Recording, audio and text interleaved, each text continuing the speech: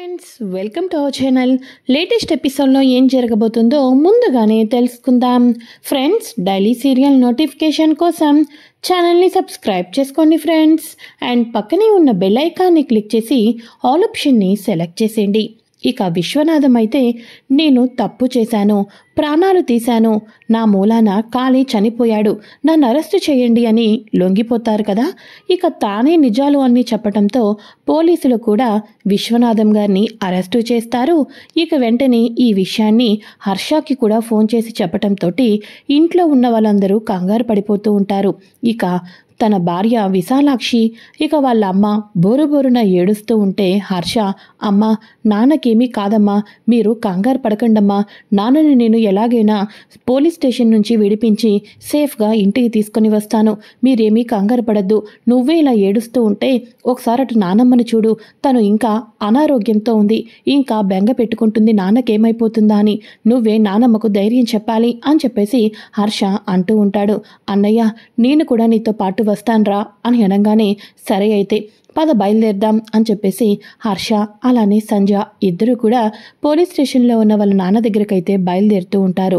అయితే ఇక ఇది ఇలా ఉండగా అక్కడేమో మహదేవయ్య ఫ్యామిలీ అంతా కూడా ఒక మంచి పొలిటీషియన్ ఇంటికైతే లంచ్కైతే వెళ్తారు కదా. తీరా అతను బయటికి వెళ్ళటంతో కాసేపు వెయిట్ చేస్తూ ఉంటారు. ఈ లోపల మహదేవయ్య సత్యను పిఏగా పెట్టుకుంటానని, రాజకీయ వారసుడేమో తన చిన్న కొడుకి అని, ఈ రకంగా చిన్న కొడుకు కోడల్ని ఎంతగానో ఎత్తేస్తూ ఉంటుంటే ఇదంతా చూస్తున్న రుద్ర కోపంతో రగిలిపోతూ ఉంటాడు. తీరా ఆయన వచ్చేయటానికి ఇంకో 10 నిమిషాలు ఉందనగా సత్యకు హర్ష దగ్గర నుంచి ఫోన్ కాల్ రావడంతో, ఇదేంటిది ఇన్ని మిస్డ్ కాల్స్ ఉన్నాయి అన్నయ్య దగ్గర నుంచి అని చెప్పేసి, ఏవండి నేను ఇప్పుడే ఫోన్ మాట్లాడొస్తాను అని చెప్పేసి అనగానే, గట్లనే సత్య అని హర్ష అంటూ ఉంటాడు కదా. ఇక సత్య బయటకైతే వచ్చేస్తుంది. హలో అన్నయ్య, ఏంట్రా ఇన్నిసార్లు ఫోన్ చేసావు చెప్పు అని అనగానే, ఒక వెంటనే హర్ష, నాన్నను పోలీసులు అరెస్ట్ చేశారు అని చెప్పి అనగానే సత్య ఒక్కసారిగా షాక్ అయిపోతుంది. అసలు ఏం జరిగింది అని అడగంగానే అప్పుడు మొత్తం కాళీగారితో జరిగిన ఫైటు, సత్య ఫోటోని మాఫింగ్ చేయటం ఇదంతా కూడా చెప్పడంతో, సరే అయితే మీరేమీ కంగారు పడకండి, నేను కూడా ఇప్పుడు అక్కడికి వస్తాను అని చెప్పేసి సత్య ఫోన్ని కట్ చేసేస్తుంది. ఇప్పుడు గనక నేను లోపలికి వెళ్తే సాయంత్రం దాకా వీళ్ళు నన్ను వదలరు, ఆ మాటలు ఈ మాటలు పార్టీల గురించి డిస్కషన్ చేస్తూనే ఉంటారు. ఈ లోపల నాన్న మీద కేసు ఫైల్ అయిపోయి ఏకంగా నాన్నని కోర్టుకు కూడా తీసుకొని వెళ్ళిపోతారు. అక్కడి దాకా తెచ్చుకోకూడదు, నాన్నని ఈ లోపలే నేను విడుదల చేయాలి అంటే ఇప్పుడు నేను లోపలికి వెళ్ళకూడదు అని చెప్పేసేసి తన అత్తింటి గౌరవాన్ని పక్కన పెట్టి తన తండ్రి కోసం సత్య అయితే అక్కడి నుంచి బయటకైతే వచ్చేస్తుంది. అయితే ఇక ఇది ఇలా ఉండగా, ఏందిరా నీ పెళ్ళమేంది ఇందాక బయటకెళ్ళింది, ఇప్పుడు దాకా రాలే, ఇటువంటి ఫోన్లన్నీ కాసేపు పక్కన పెడితే నీ సొమ్మేం పోతుందిరా, ఆయన వచ్చే టైం అయింది, మనల్ని రెడీగా ఉండమని చెప్పిండ్రు, ఇంకా నీ పెళ్ళ ఇంకా ఫోన్లో ముచ్చట్లేంది, పుట్టింటోళ్ళ మీద అంత వ్యామోహం ఉంటే తర్వాత మాట్లాడుకోమని చెప్పరాదు అని అనగానే, అబ్బా అమ్మా ఎందుకలా నువ్వు సత్య మీద గై అని పడిపోతావు, ఏదో ఇంపార్టెంట్ ఫోన్ కాల్ ఉండు, ఇప్పుడే నేను వెళ్ళి తీసుకొని వస్తాను అని చెప్పేసేసి మన క్రిష్ అయితే బయటకు వెళ్తాడు. తీరా మొత్తం వెతికి చూడంగానే సత్య అక్కడ ఎక్కడా కనిపించకపోవటంతో కంగారు పడిపోతాడు క్రిష్. ఈ లోపల అక్కడ ఉన్న వాచ్మెన్, సార్ మీతో పాటు వచ్చిన మేడం గారా, కంగారుగా ఇప్పుడే ఆటోలో వెళ్ళిపోయారు అని అనగానే ఒక్కసారిగా క్రిష్ అయితే షాక్ అయిపోతాడు. ఇక వెంటనే మహదేవయ్య ఫ్యామిలీ అంతా కూడా క్రిష్ని పిలవంగానే క్రిష్ లోపలికైతే వెళ్తాడు. ఏందిరా పెళ్ళాన్ని తీసుకొని వస్తానని ముఖమేంద్ర గట్లా పెట్టావు అని చెప్పేసి వాళ్ళ అమ్మ అడగంగానే, సత్య కనిపించడం లేదు అని చెప్పేసి అనగానే ఒక్కసారిగా వీళ్ళందరూ షాక్ అయిపోతూ ఉంటారు. ఈ లోపల పార్టీ మెంబర్ అయితే, నమస్కారం మహదేవయ్య గారు నమస్కారం అని చెప్పేసేసి వస్తారు కదా.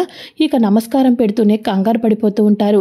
అనవసరంగా మిమ్మల్ని కాసేపు ఇబ్బంది పెట్టి మీతో వెయిట్ చేయించినందుకు నన్ను క్షమించండి మహదేవయ్య గారు అని అనగానే, అదేంది సార్ మీలాంటి పెద్ద వాళ్ళకి చాలా పనులుంటాయి, మేము వెయిట్ చేసాం, దానిలో ఇప్పుడు ఏమైంది, మీలాంటోళ్ళు మాకు క్షమాపణ చెప్పడం ఏంది అని అనగానే, తప్పు ఎప్పుడైనా తప్పే మహదేవయ్య, ఒప్పుకొని తీరాల్సిందే కదా, అంతెందుకు మొన్నటిదాకా ఊరిలో ఉన్న అందరూ కూడా నువ్వు పెద్ద రౌడీవని, ఇంట్లో వాళ్ళని సరిగ్గా పట్టించుకోవని అనుకున్నారు, కానీ ఇచ్చిన ఒకే ఒక ఇంటర్వ్యూ తోటి నీ మీద పడ్డ నిందలు మచ్చలు అన్నీ తొలగిపోయినాయి.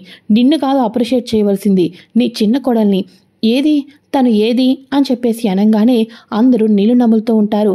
అదేంటది, నేను ఫ్యామిలీ మొత్తాన్ని కలిసి రమ్మని చెప్పేసి అన్నాను కదా, మీ చిన్న కోడల్ని తీసుకొని రాలేదేంటి అని చెప్పేసి అనగానే, అంటే తను వచ్చింది, అదో పనుందని చెప్పేసి మళ్ళీ వెళ్ళింది అని చెప్పేసేసి భయపడుతూ చెప్తూ ఉంటే, ఓహో అంటే మొన్న మీటింగ్లో చెప్పిందంతా కూడా పైన డ్రామాలే అన్నమాట.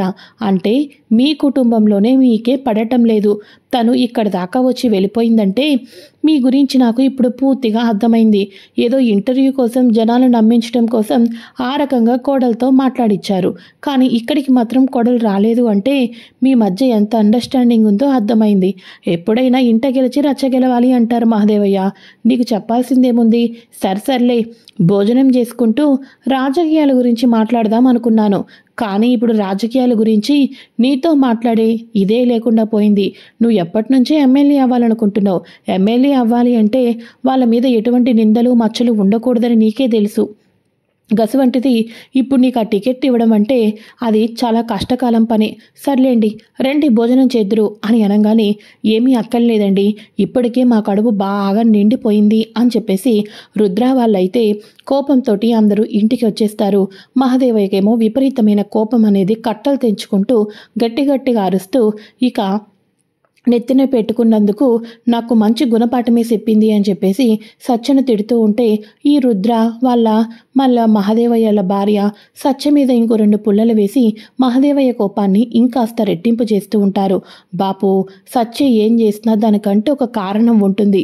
అసలు నేను సత్య ఏమైపోయిందని కంగారు పడుతుంటుంటే మీరెందుకు సత్యను అలా అపార్థం చేసుకుంటున్నారు అని చెప్పేసేసి ఇక క్రిష్ బైక్ వేసుకుని స్పీడ్గా షెడ్ దగ్గరికి వెళ్తారు. మొత్తానికి అటో ఇటో తిరుగుతూ ఉంటారు. అయితే ఇక ఇదిలా ఉండగా సత్య ఫోన్ చేస్తుంటుంటే నాట్ రీచబుల్ అని వస్తూ ఉంటుంది. అయితే ఇక ఇదిలా ఉండగా హర్ష సంధ్య ఏకంగా పోలీస్ స్టేషన్ దగ్గరికి వెళ్తారు కదా. ఈ లోపల మన సత్య కూడా అక్కడికైతే వెళ్తుంది. అన్నయ్య అని అనగానే, రా సత్య లోపలికి వెళ్దాం అని చెప్పేసి ముగ్గురు కలిసి లోపలికైతే వెళ్తారు. ఇక వెంటనే సత్య నాన్న అని అనుకుంటూ దగ్గరికి వెళ్తూ ఉంటే, ఎందుకమ్మా సత్య, ఈ హంతకుడైన నాన్నను చూద్దామని వచ్చారా? ఎందుకు నా గురించి ఇంత పరితపిస్తున్నారు? వెళ్ళండి, మీ పనులు మీరు చేసుకోండి. ఇక ఖాళీగాడు గురించి భయపడాల్సిన అవసరం కూడా లేదు. ఒరే హర్ష, ఇక నుంచి ఇంటికి పెద్ద దిక్కు నువ్వేరా అని అనగానే, నాన్న దయచేసి మీరు అలా మాట్లాడద్దు. ఇప్పుడు అయినా మేము దీని గురించి డిస్కషన్ చేయడానికి రాలేదు. మిమ్మల్ని బయటకు తీసుకొని రాద్దామని చెప్పేసి వచ్చాం అని చెప్పేసి ఇక హర్ష సత్య వాళ్ళు చెప్తూ ఉంటారు. ఇక సత్య పక్కనే ఉన్న ఎస్ఐ గారితో మాట్లాడుతూ ఉంటుంది. చూడండమ్మా, చనిపోయిన వ్యక్తి ఒక రాక్షసుడు లాంటి వాడే అని అనుకోవచ్చు.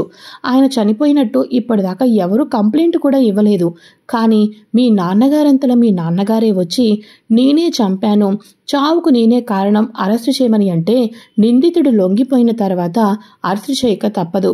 అందులోనూ మీ నాన్నగారు పదే 1కి 100 సార్లు నేనే నిందితుడిని, నేనే హంతకుడిని అని చెప్పిన తర్వాత అలాంటి వాళ్ళను కేసులో కోర్టులో ప్రవేశపెట్టక తప్పదు, శిక్ష కూడా తప్పదు. ఎందుకంటే మంచి వాళ్ళను చూశాను కానీ మరి ఇంత మంచి వాళ్ళను నేను చూడలేదమ్మా. మీ నాన్నగారంతలో మీ నాన్నగారు ఒప్పుకున్నారు కాబట్టి ఇక ఎటువంటి బెయిల్లు, ఎటువంటి సాక్ష్యాలు ఏమీ చేయలేవు. ఇదిగో కేసుని డిస్కషన్ చేసిన తర్వాత ఈవినింగ్ తర్వాత మేము తనని కోర్టుకి తీసుకుని వెళ్తాం. ఆ తర్వాత కోర్టులో జడ్జి గారు ఇచ్చే తీర్పు శిక్ష మీద ఆధారపడి ఉంటుంది అని చెప్పేసి అనగానే సత్య, హర్ష, సంధ్య వీళ్ళందరూ కూడా కన్నీళ్లు పెట్టుకుంటూ ఉంటారు. ఇక బాధపడుతూ ఉంటారు. ఇక వెంటనే సంధ్య కూడా బాధపడుతూ ఉండటంతో ఇక వెంటనే, అయినా సంధ్య నువ్వెందుకు వచ్చావు పోలీస్ స్టేషన్కి అని అనగానే, నాన్న కోసం వచ్చానక్క అని అనగానే, అక్కడ అమ్మ నానమ్మ ఎంత కంగారు పడుతూ ఉంటారో వాళ్ళను వదిలేసి నువ్వెలా వచ్చావు సంధ్య? ఆయన పెళ్లి కాని ఆడపిల్లవి, ఇలా పోలీస్ స్టేషన్కి రావటం కరెక్ట్ కాదు. నేను హర్ష అన్నయ్య చూసుకుంటాం, నువ్వు త్వరగా ఇంటికి వెళ్ళు అని చెప్పేసి అనగానే ఈ లోపల హర్ష క్యాబ్ బుక్ చేస్తాడు. సంధ్య నువ్వైతే ఇంటికి వెళ్ళు సంధ్య అని చెప్పేసి అనగానే సరే అయితే అని చెప్పేసేసి సంజయ్ అయితే ఇంటికి వెళ్తూ ఉంటుంది. ఇలా సంజయ్ ఇంటికి వెళ్తూ ఉండగా సంజయ్కైతే ఒక ఫోన్ కాల్ వస్తుంది. హలో ఎవరు అని అనగానే, మీ నాన్న జైలుకు వెళ్ళిపోయాడని బాధపడుతున్నావా? మీ నాన్నని జైలు నుంచి తీసుకొచ్చేటట్టు నేను చేస్తాను, కానీ నువ్వు చెప్పినట్టు నేను చేయాలి అని అనగానే, మా నాన్నను జైలు నుంచి విడిపించటం కోసం నేను ఏదైనా చేస్తాను, ఇంతకీ మీరెవరు అని అనగానే, నేను ఎవరు ఏంటి అన్నది తెలుసుకోవాలి అంటే కార్ని తిన్నగా ఇంటికి కాకోకుండా నేను చెప్పిన అడ్రస్కి రమ్మని చెప్పు అని అనగానే, సరే అయితే అలాగే వస్తాను అని చెప్పేసేసి కార్ని అక్కడైతే కారుతో పాటు వెళ్ళిన తర్వాత మధ్యలో అయితే దిగిపోతుంది. ఇక సంజ కన్నీళ్లు పెట్టుకుంటూ ఏడుస్తూ దిగుతుంది. ఈ లోపల మీకు ఫోన్ చేసింది నేనే సిస్టర్ అని చెప్పేసి సంజ దగ్గరికి ఒక రౌడీ అయితే వస్తారు. అవునా, మీకు అసలు ఏం కావాలి? మా నాన్నను రిలీజ్ చేపిస్తానన్నారు కదా, ఏ రకంగా రిలీజ్ చేపిస్తారు? మీకు పుణ్యం ఉంటుంది, అదేంటో త్వరగా చెప్పండి అని ఈ అమాయకురాలు సంజ తన తండ్రిని విడిపించడం కోసం అచ్చం రౌడీ చెప్పినట్టుగానే అక్కడికైతే వస్తుంది. ముందు మీరు లోపలికి రండి అని చెప్పేసేసి సంజను లోపలికైతే తీసుకుని వెళ్తూ ఉంటాడు ఆ రౌడీ వెధవ. ఇక లోపలికి తీసుకుని వెళ్తూ ఉండగా అదే సమయంలో క్రిష్ అట్నుంచి వెళ్తూ ఉంటాడు కానీ సంజన అయితే చూసుకోడు. క్రిష్ ఫ్రెండ్ వెళ్తూ ఉండగా, ఒరే నువ్వేమో సత్య కనిపించిందా అని కంగారు పడిపోతున్నావు కదా, కానీ సంజ కనిపించిందిరా, ఒక రౌడీ వ్యక్తి ఇటుగా తీసుకుని వెళ్తున్నాడు, రోడ్ నెంబర్ 12లో ఉన్నాన్రా అని అనగానే, అరే నేను కూడా ఆ ఏరియాలోనే ఉన్నాను అని చెప్పేసేసి క్రిష్ అయితే స్పీడ్గా ఆ పక్కనే టర్న్ తీసుకొని ఆ సందులోకైతే వచ్చేయటం జరుగుతుంది. ఈ లోపల కాళీగాడికి దెబ్బ తగులుతుంది కదా తలకు. కాళీగాడు చనిపోయాడని లొంగిపోయి ఇక విశ్వనాథం జైలుకైతే వెళ్ళిపోయాడు. కానీ కాళీగాడు చావలేదు. చివరాఖరిలో తన ఫ్రెండ్ హాస్పిటల్కి తీసుకొని వెళ్ళటంతో గాయాలతోటి ఇక ప్రాణాలతో బయట అయితే పడతాడు. అందుకోసమే కాళీ చచ్చాడని ఏ ఒక్కరూ కంప్లైంట్ ఇవ్వకపోయినా విశ్వనాథం భయంతో తప్పు చేశానని లొంగిపోయాడు. కాళీ బ్రతికే ఉంటాడు. తలకి గాయంతోటి కుర్చీలో కూర్చొని ఉండటం చూసి సంధ్య షాక్ అయిపోతుంది. ఒరే కాళీ, నువ్వు బ్రతికే ఉన్నావా? నువ్వు చచ్చావనుకొని మా నాన్న అక్కడ జైలుకు వెళ్ళారు అని అనగానే, అబ్బా సంధ్య, మావయ్య జైలుకు వెళ్ళటం నాకేమైనా ఇష్టం అనుకుంటున్నావా ఏంటి? చూడు, ఇప్పుడు మీ నాన్నను జైలు నుంచి విడిపించాలి, గంతే కదా. అరే ఏమీ లేదు, ఇదిగో నా పాకెట్లో ఉంది చూడు అని చెప్పేసేసి తాళిబొట్టు అయితే తీస్తాడు. నీ మెడలో 3 ముళ్ళు వేసేస్తాను, మనమిద్దరికీ పెళ్ళైపోతుంది. ఆ తర్వాత మనిద్దరం కూడా కలిసి జైలు దగ్గరికి వెళ్దాం. పోలీసులతో నేను బతికే ఉన్నానండి, మామ అల్లులకి ఏదో చిన్న వాగ్వేదం జరిగింది, మా మామని వదిలేయండి అని దగ్గరుండి చెప్తాను. ఆ తర్వాత నువ్వు నేను ఇద్దరం కూడా కలిసి మీ నాన్నని ఇంటికి తీసుకొని వెళ్దాం. మనిద్దరం పెళ్ళయింది కాబట్టి మీ అమ్మ హారతి ఇచ్చి మరీ మనల్ని లోపలికి పంపిస్తుంది, ఏమంటావు అని అనగానే, ఒరే కాళీ, ఎందుకునా మా కుటుంబంతో నాతో జీవితాలతో ఇలా ఆడుకుంటున్నావు? నీకు పుణ్యం ఉంటుంది, మా నాన్నను విడిపించు అని అనగానే, అబ్బా అదే కదా చెప్తున్నాను, ఒక్క నిమిషం ఆగు అని చెప్పేసేసి సంజయ్ దగ్గరికి వచ్చి 3 ముళ్ళు వేయటానికి తెగ ప్రయత్నం చేస్తూ ఉంటాడు.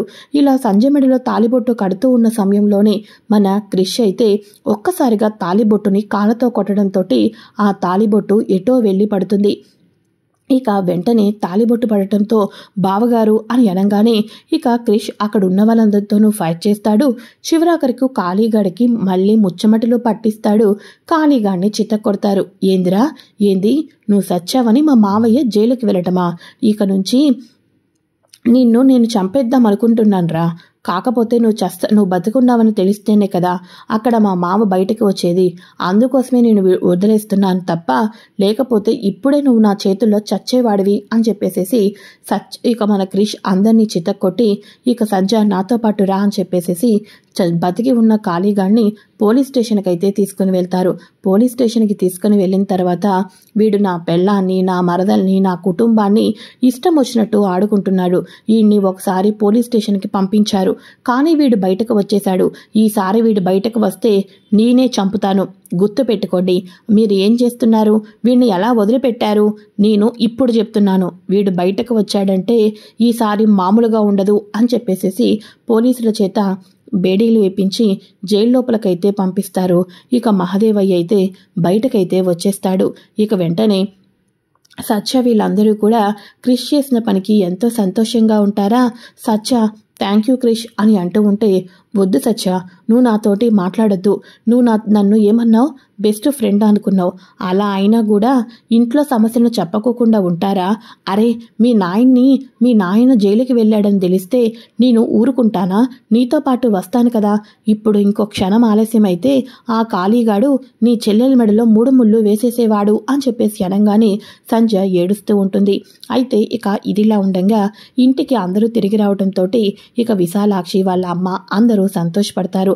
బావ సమయానికి రావటం మూలన, బావగారి మూలన నాన్న ఈరోజు జైలు నుంచి బయటకు వచ్చారు అని చెప్పేసి క్రిష్ చేసిన పనిని అందరికీ చెప్పడంతో ఇక అందరూ సంతోషపడుతూ ఉంటారు. ఇక వాడి సమస్య మీకు రాదు. ఒకవేళ చిన్న సమస్య వచ్చినా నాకు చెప్పండి.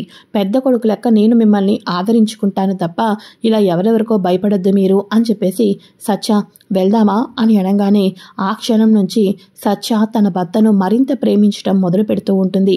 ఇక వీళ్ళు ఇలా లోపలికి ఇంటి దగ్గరికి వెళ్తూ ఉంటారా. ఇక వెంటనే ఆగు, అక్కడే ఆగు అని చెప్పేసి మన సత్య వాళ్ళ అత్తయ్య అయితే గుమ్మంలోనే నుంచోబెట్టేస్తుంది. ఏందమ్మా, ఏంది గిట్లా గుమ్మంలోనే నుంచోబెట్టేసినావు అని అనగానే పుట్టిళ్ళ అవసరమయ్యి పుట్టింటి గురించి ఎక్కువగా ఆలోచించిన నీ పెళ్ళాము నీకెక్కువేమోరా, కానీ మాకెక్కువ కాదు. ఈరోజు సత్య చేసిన పని మూలాన నీ బాపు తలదించుకున్నాడు అంటే నీ బాపు నలుగురిలో నవ్వుల పాలైపోయినా పర్వాలేదు, కానీ నీకు మాత్రం నీ పెళ్ళామే ముఖ్యమంటావారా అని చెప్పేసి అనగానే అబ్బా అమ్మ, సత్య ఎటువంటి పరిస్థితుల్లో వెళ్ళిందో నీకు తెలియదమ్మా అని చెప్పేసేసి క్రిష్ చెప్తూ ఉంటాడు. మరోపక్క రుద్ర, మరోపక్క ఇక వాళ్ళ మహదేవయ్య అందరూ కూడా సత్య చేసిన పని మూలాన నాన్న నలుగురిలోనూ తలదించుకున్నాడు. ఎమ్మెల్యే టికెట్ వచ్చిద్దని ఎంతో హోప్స్ పెట్టుకున్నారు. నాన్న కలలన్నీ కూడా నీ మూలానే పోయినాయి అని రుద్ర అందరూ కూడా సత్యను అంటూ ఉంటారు. ఇక అప్పుడు ఇక వెంటనే దాని చెయ్యి వదిలిపెట్టరా, దాని చెయ్యి వదిలిపెట్టు.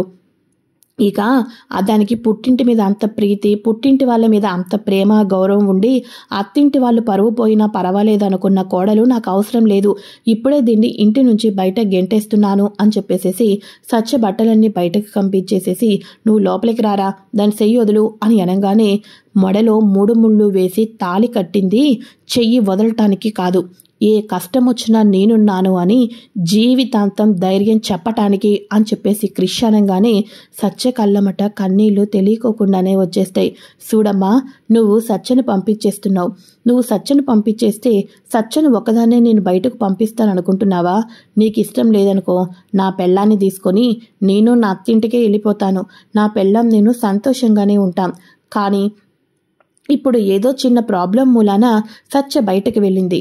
కానీ ఇప్పుడు ఏకంగా చిన్న కొడుకు కొడలు విడికాపురం పెట్టిండ్రు అంటే రేపొద్దున్న మన కుటుంబానికే చెప్పుకోలేనంత చెడ్డ పేరు వస్తుంది. కాబట్టి అప్పుడు నాన్న బాపు ఎమ్మెల్యే టికెట్ ఇంకా కష్టమవుతుంది. పొమ్మంటే నేను నా భార్యని వదిలిపెట్టను, నా భార్యతో సహా వెళ్తాను, పద సత్య వెళ్దాం అని చెప్పేసేసి వెనక్కి తిరుగుతూ ఉంటారు. ఇలా వెనక్కి తిరుగుతూ ఉంటే మహదేవయ్య ఆగరా సిన్నోడా అని చెప్పేసి గట్టిగా అరుస్తాడు. ఇక వెంటనే అప్పుడు సత్య జరిగిందంతా కూడా వాళ్ళ మావయ్యకి చెప్తూ ఉంటుంది. ఇక సర్లే అని చెప్పేసి ఇద్దరిని లోపలికైతే రమ్మని చెప్పేసి అంటారు. ఆ తర్వాత రూమ్లోకి వెళ్ళిన తర్వాత సత్య గట్టిగా క్రిష్ని హాక్ చేసుకొని I love you Krish, I love you, I love you so much Krish అని చెప్పేసేసి తన మనసులో ఉన్న ప్రేమనంతటిని బయట పెట్టేస్తుంది. ఇక క్రిష్ ఇంతకాలం ఫ్రెండ్షిప్ అని అన్నాం, ఇప్పటి నుంచి భార్యాభర్తల సంబంధం స్టార్ట్ అవుతుందా అని చెప్పేసేసి తెగ సంతోషపడిపోతూ ఉంటాడు. ఇది ఫ్రెండ్స్ లేటెస్ట్ ఎపిసోడ్. మరి నెక్స్ట్ ఎపిసోడ్లో ఎమ్మెల్యేగా ఇంకొకతన్ని తీసుకోవటంతో ఇంకో అతను నామినేషన్ వేయటంతో మహదేవయ్య కుటుంబంలో ఎటువంటి మార్పులు వస్తున్నాయి, తన మావయ్య ఎమ్మెల్యే కోసం సత్య ఏం చేయబోతుంది, రుద్ర ఏ రకంగా అడ్డుపడబోతున్నాడో తెలుసుకోవాలి అనుకుంటే తప్పకుండా ఛానల్ని సబ్స్క్రైబ్ చేసుకుని పక్కనే ఉన్న బెల్ ఐకాన్ని క్లిక్ చేసి ఆల్ ఆప్షన్ని సెలెక్ట్ చేసేయండి. Okay friends, thanks for watching, bye. Friends, welcome to our channel. Latest ఎపిసోడ్లో